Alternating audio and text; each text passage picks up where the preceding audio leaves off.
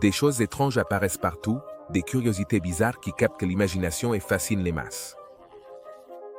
Du projet de stupa de glace à la ville flottante qui est apparu au-dessus de la Chine. Voici 20 choses encore plus étranges découvertes en Asie. Numéro 20. Le projet de stupa de glace. Les stupas de glace de Ladakh.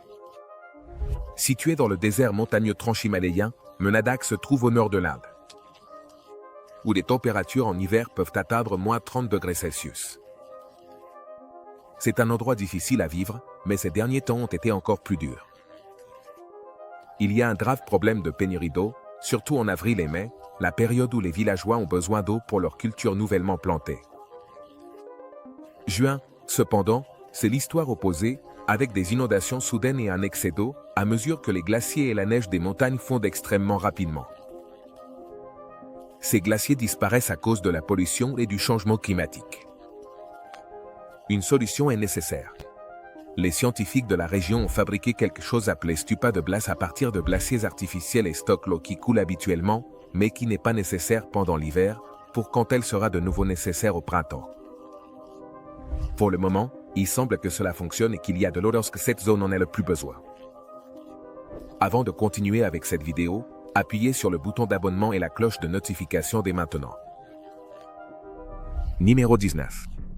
D'étranges créatures, qui semblent être un hybride entre un crocodile et un buffle, terrorisent les villageois de Thaïlande.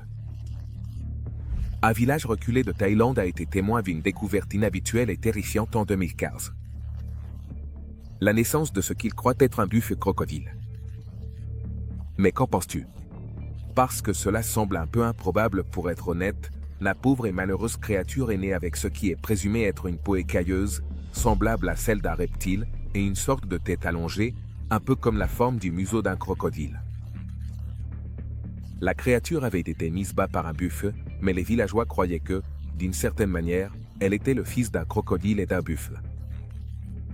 Malheureusement, le petit animal mourut peu après sa naissance. Il l'exposait d'une manière un peu taciturne, comme étendu sur une table. Et les villageois, dans l'espoir que l'animal insolite apporte de la chance au village, allaient le regarder. Il se peut qu'il n'y ait pas d'explication évidente pour l'apparition inattendue du buffle. Après tout, la peau écailleuse et le museau de crocodile ne sont pas propres à un buffle. Mais il est probable qu'il ait simplement eu une affection qui lui donnait ses caractéristiques et qui a fini par le tuer. Numéro 18. L'étrange église en forme de poulet de Java. Dans le monde entier, il existe de nombreuses façons d'exprimer la foi. Certains construisent des temples ou des églises à grande échelle, d'autres font de petits sanctuaires, d'autres encore, eh bien, n'ont besoin d'aucun bâtiment. Et puis il y a des gens qui construisent des poulets géants. Voici l'insolite église de Java, et en réalité, c'est une représentation d'une colombe. Mais pour être honnête, il ressemble tellement à un poulet qu'il est connu comme l'église de poulet à ce stade de toute façon, alors allons-y pour le reconnaître.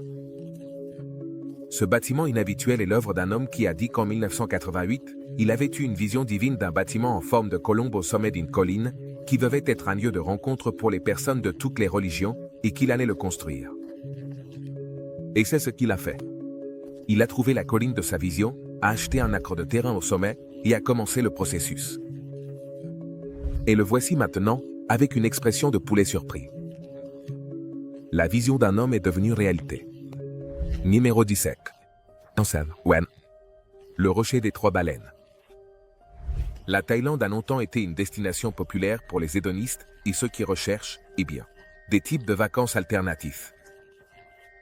Mais ce pays a plus à offrir que ce pourquoi il est célèbre ou infâme. La Thaïlande s'engage dans cet écotourisme doux qui enthousiasme tout le monde dernièrement. Ce nouveau tourisme responsable et à la mode est une opportunité pour la Thaïlande de montrer que le pays est bien plus que des bars topless et des substances suspectes. Et maintenant, il est à la mode de faire de la randonnée ou du vélo à travers la campagne épique thaïlandaise. Et une fois sur place, on peut découvrir des merveilles aussi extraordinaires que cette immense formation rocheuse. Connue sous le nom de roche des 3 baleines lorsqu'on la voit d'en haut avec l'une de ces magnifiques images de drone que nous aimons tant, il est alors clair comment cet endroit a obtenu son nom, car elle ressemble à 3 baleines nageant parmi la végétation luxuriante de la jungle thaïlandaise, et cela te fait peur. Cela pourrait peut-être être le cas si vous aviez fait des folies dans la capitale juste avant de visiter la roche des Trois Baleines, mais cet endroit ne vous fera probablement pas décider que la Terre est plus effrayante que vous ne le pensez, à moins que vous ne soyez très nerveux, bien sûr. Quoi qu'il en soit, la roche se trouve dans la province de Vientiane, Can, au nord-est du pays, à 466 km de Bangkok, et c'est un lieu d'une beauté naturelle étonnante. Parfait pour quelques photos de pluie avec des drones, n'est-ce pas? Numéro 16. Cimetière d'avions de Bangkok. Comme beaucoup d'autres lieux abandonnés, le cimetière d'avions de Bangkok était autrefois un endroit ouvert pour gagner de l'argent. Cependant, lorsqu'il a cessé de le faire, il a été abandonné pour pourrir sur place. Un type avait décidé, de manière quelque peu inexplicable à mon avis, que le mieux pour meubler son parc à bière était un tas de vieux carcasses d'avions. Je veux dire, les avions croqueries, installez-vous confortablement et détendez-vous avec une boisson, non. Il s'avère que non. Et l'endroit avec les avions du parc à bière a été fermé et abandonné en moins d'1 an. Les avions sont toujours là, cependant, et maintenant, à la manière de ces choses à l'ère d'Instagram, c'est devenu un endroit où les voyageurs vont pour prendre des photos et les mettre sur Internet. Bien sûr que oui. Apparemment, une famille y vit aussi, bien que de manière non officielle, et ils demandent une petite entrée à tous ces Instagrammeurs. Mais de quelque manière qu'on le regarde, cet endroit n'est pas vraiment joli. Ce n'est rien d'autre qu'un tas de vieilles pièces d'avion qui pourrissent sur un terrain vague. Numéro 15. Cette roche en forme de serpent géant en Thaïlande est une fascination. Mais est-ce un fossile? Eh bien, la réponse courte est non, ce n'est pas un fossile, mais c'est quand même génial. Et c'est un autre des endroits les plus instagrammables sur la route des voyageurs en Asie. Cette grotte abrite une formation rocheuse inhabituelle qui ressemble à un serpent enroulé. C'est aussi le théâtre de nombreuses histoires de mythes et légendes, dont la plupart reposent sur l'idée que cette grotte est, ou a été, un serpent à un moment donné. L'histoire de Naga, une créature mi-humaine mi-serpent qui vit dans un autre monde, et qui prend parfois forme humaine, est importante dans la culture bouddhiste. C'est que la grotte a été formée par 2 rois Naga qui avaient trouvé leur chemin dans la région, dont l'un s'était transformé en la roche qui fait encore partie du lieu aujourd'hui. Mais en réalité, ce n'est rien de plus qu'une roche à côté de laquelle beaucoup de gens aiment se tenir pour leurs photos Instagram. Numéro 14. Des squelettes de géants chinois de 5000 ans découverts par des archéologues. Ne t'emballe pas trop. Ce n'est pas aussi excitant que cela semble au premier abord, parce que bien sûr, ça ne l'est pas. Ça ne l'est jamais. En 2017, des archéologues étaient en train de fouiller une zone de l'est de la Chine, lorsqu'ils sont tombés par hasard sur des squelettes qui semblaient avoir environ 5000 ans. Jusque-là, tout est normal. Mais ces squelettes n'étaient pas des os faibles et petits qu'ils avaient l'habitude de déterrer. Non. C'étaient des os qui semblaient plus grands et plus forts que ce à quoi le monde archéologique était habitué. À cette époque, les gens avaient tendance à être plus petits et plus frêles que nous le sommes aujourd'hui. Leurs régimes alimentaires étaient très différents, et leur mode de vie était tel qu'ils n'auraient pas eu le luxe de grandir grand et haut comme nous le faisons aujourd'hui. C'est pourquoi les mesures de ces os sont si inhabituelles. Mais, à quel point était-il grand? Eh bien, il y avait un squelette qui semblait appartenir à une personne qui aurait mesuré environ 1,9 mètres. Et puis il y en avait un autre qui mesurait environ 1,8 mètres. C'est un peu plus d'1 mètre et moins d'1 mètre, respectivement. Ils ne sont pas exactement des colosses imposants, mais pour les standards de l'époque dans cette partie du monde, ces personnes auraient semblé vraiment très grandes. Étaient-ils vraiment des géants? Eh bien, c'est une question de perspective, n'est-ce pas? Numéro 13. Une grotte en Thaïlande a-t-elle conduit à la découverte de nouvelles créatures? C'est l'un des grands problèmes d'Internet. Ils sont légion. Mais pour l'instant, en voici un. Réalité. Vérifier est plus ou moins un terme pittoresque et désuet de l'ère passée du journalisme. Dans un monde qui semble nier l'existence des faits, la capacité de recirculer n'importe quelle vieille vidéo et de l'appeler un fait est une tendance préoccupante et franchement irresponsable qui ne semble pas prête de disparaître. C'est l'une de ces vidéos. Il s'agit d'une vidéo de mauvaise qualité enregistrée il y a des années près d'une grotte en Thaïlande, qui a récemment été récupérée et réutilisée pour TikTok. Et il semble que la génération TikTok soit trop crédule. À cette vidéo, on ajoute un peu de dramatisme avec quelques mots suggérant qu'un cri a récemment été entendu provenant de la grotte. Sauf que cette séquence a été attribuée à une artiste nommée Tori Ren, qui s'est inspirée de la fiction fantastique sur les trolls venant de Norvège. Elle a créé cette installation en direct pour la première édition du Viano de Thaïlande, dont le thème était Edge of Wonderland. Donc, ces nouvelles créatures n'étaient rien de tout cela. En réalité, juste une exposition d'art qui refait surface à des fins d'internet et de clics et d'attention pour certains utilisateurs aléatoires de TikTok. Il n'est pas nécessaire de croire tout ce que l'on voit sur internet. Cependant, il est très simple de garder un minimum de pensée critique. Alors vas-y, essaie. Ça ne te fera pas de mal. Numéro 12. La peinture rupestre la plus ancienne du monde trouvée en Indonésie. Au début de 2021, on a appris qu'en Indonésie, des peintures rupestres très anciennes avaient été découvertes. On pense qu'elles sont les peintures rupestres les plus anciennes connues dans le monde entier.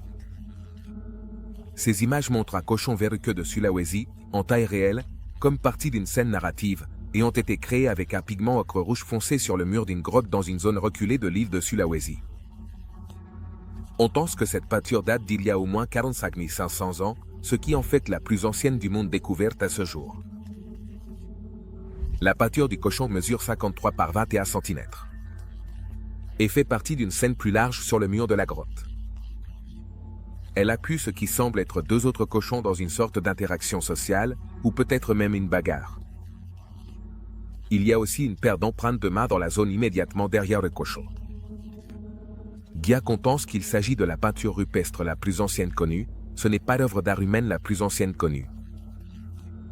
Cet honneur revient à un gribouillage en Afrique du Sud. Numéro 11. Mer de Lotus Rouge. Voici la vue extraordinaire et magnifique de la mer du Lotus Rouge. Située dans le nord-est de la Thaïlande, c'est une attraction touristique connue pour combiner la beauté d'un jardin de fleurs tropicales avec la tranquillité d'un lac. Cet endroit abrite plus d'1 million de fleurs de lotus rose. Les visiteurs peuvent contempler l'ampleur de la mer du Lotus Rouge en faisant une courte promenade en bateau sur l'eau, pour s'entourer de ces fleurs dans leur environnement naturel. Une fois au centre du lac, on ne voit que l'étendue de millions de fleurs qui s'étendent sur les 600 acres carrés d'eau. Parmi le rose éclatant, il y a des bandes vertes ou des herbes lacustron poussées au milieu des fleurs.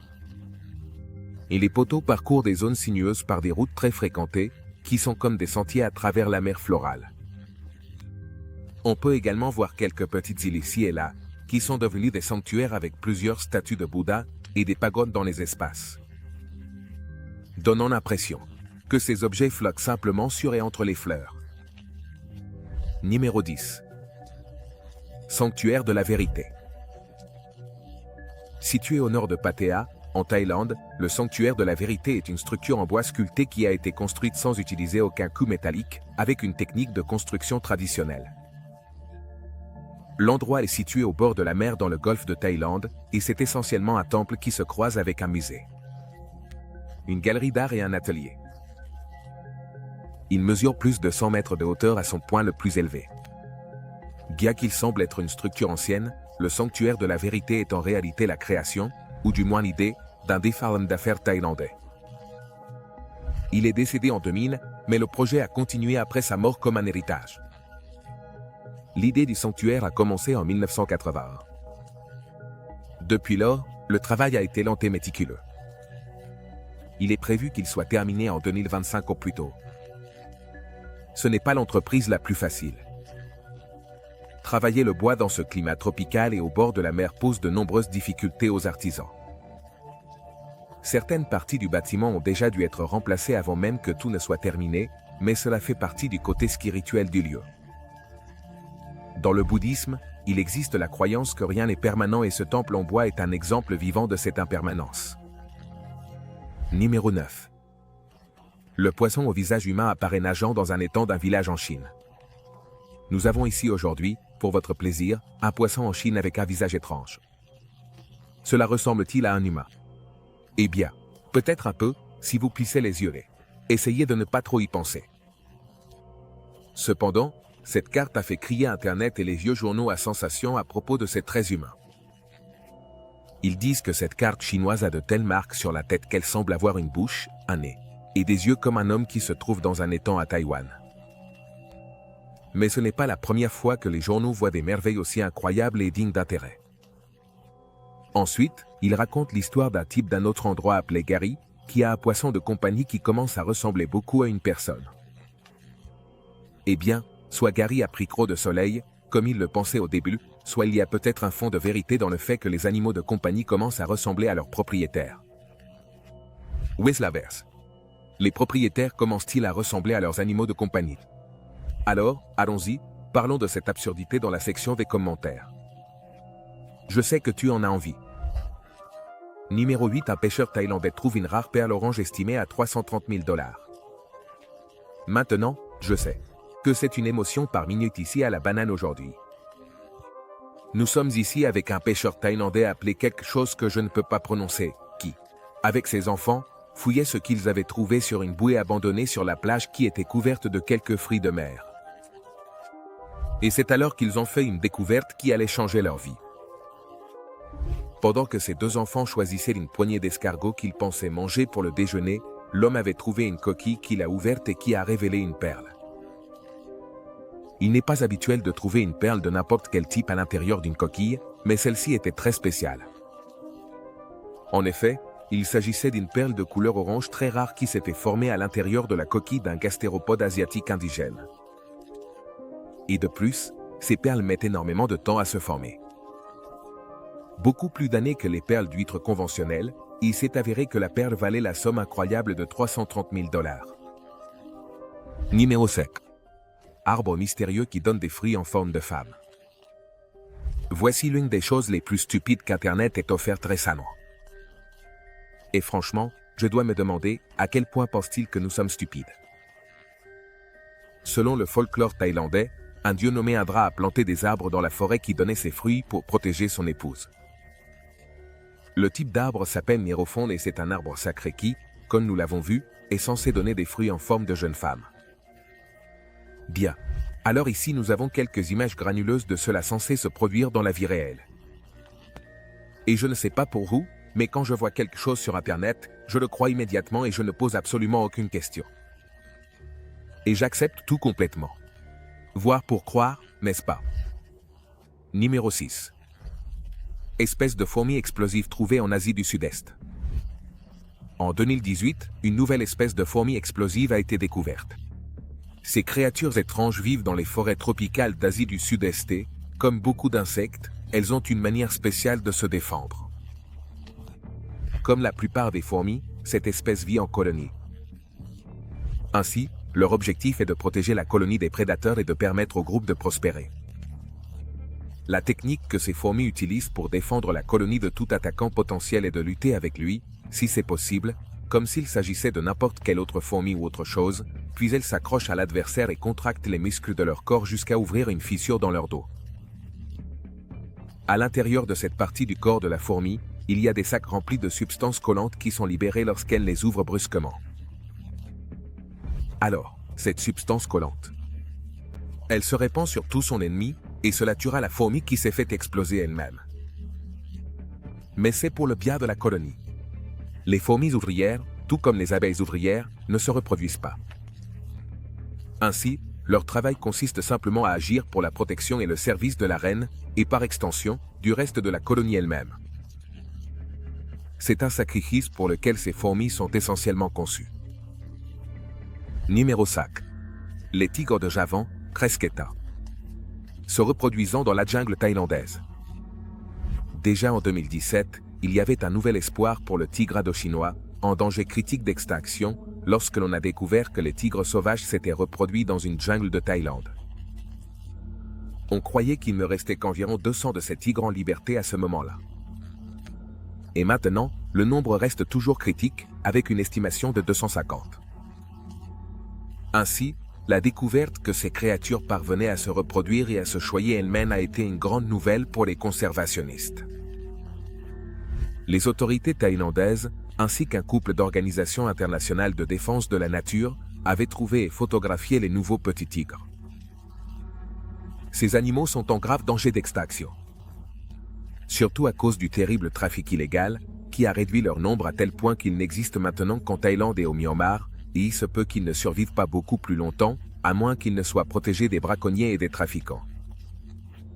Pour mettre les choses en perspective, le nombre de toutes les espèces de tigres dans le monde est passé de 100 000 il y a un siècle à seulement 4 000. Cela inclut les tigres de Sibérie et boréaux.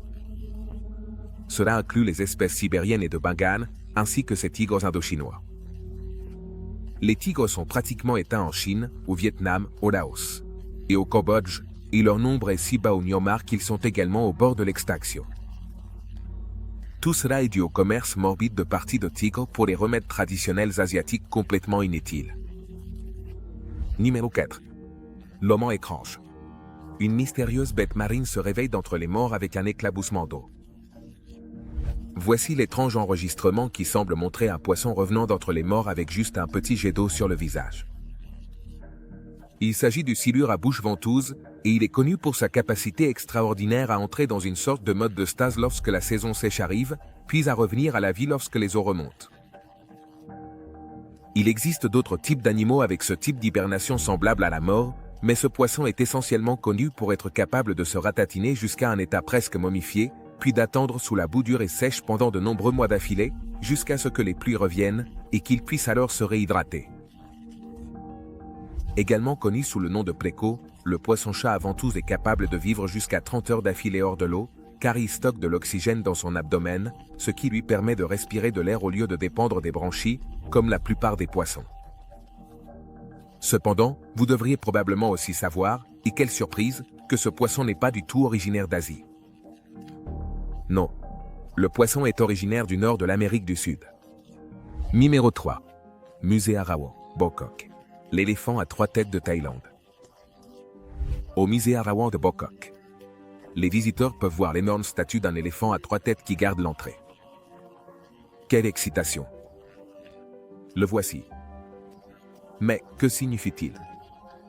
Et pourquoi cela devrait-il t'importer? C'est la statue de Ganesha, le dieu éléphant de la religion hindoue, qui est parfois représenté avec une tête et d'autres fois avec 3. Mais dans ce musée en Thaïlande, plusieurs religions différentes de toute l'Asie sont représentées.